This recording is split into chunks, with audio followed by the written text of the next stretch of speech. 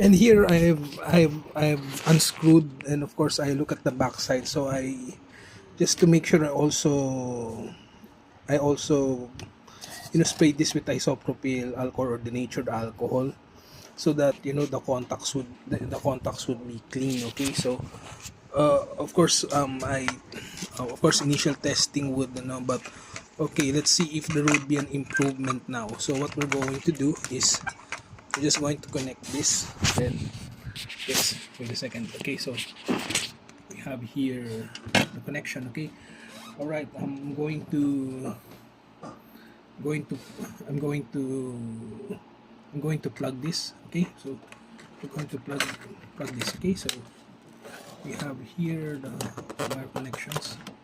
So we'll just plug it like this. Okay, I have no problem plugging this, because this one goes to a transformer, so the output would be direct current. Okay, right. So here I turned it on. Okay, so we'll just see if it's going to work. Okay, right. So this is your, and just turn on. Okay, so this is the volume. Okay, and okay, so I already cleaned all the contacts, so let's test this now. Okay, so this is the power. Back.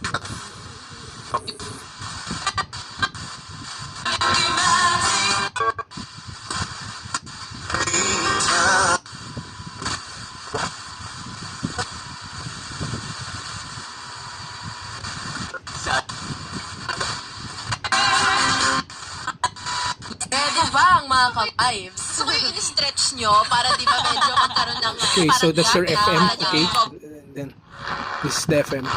This is the AM. Okay.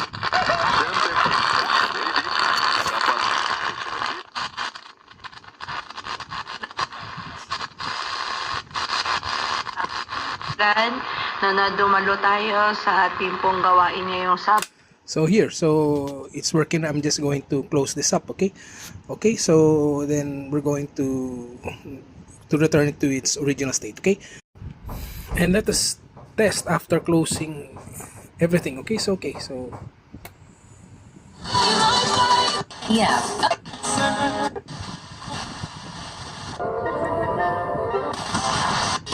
On the road.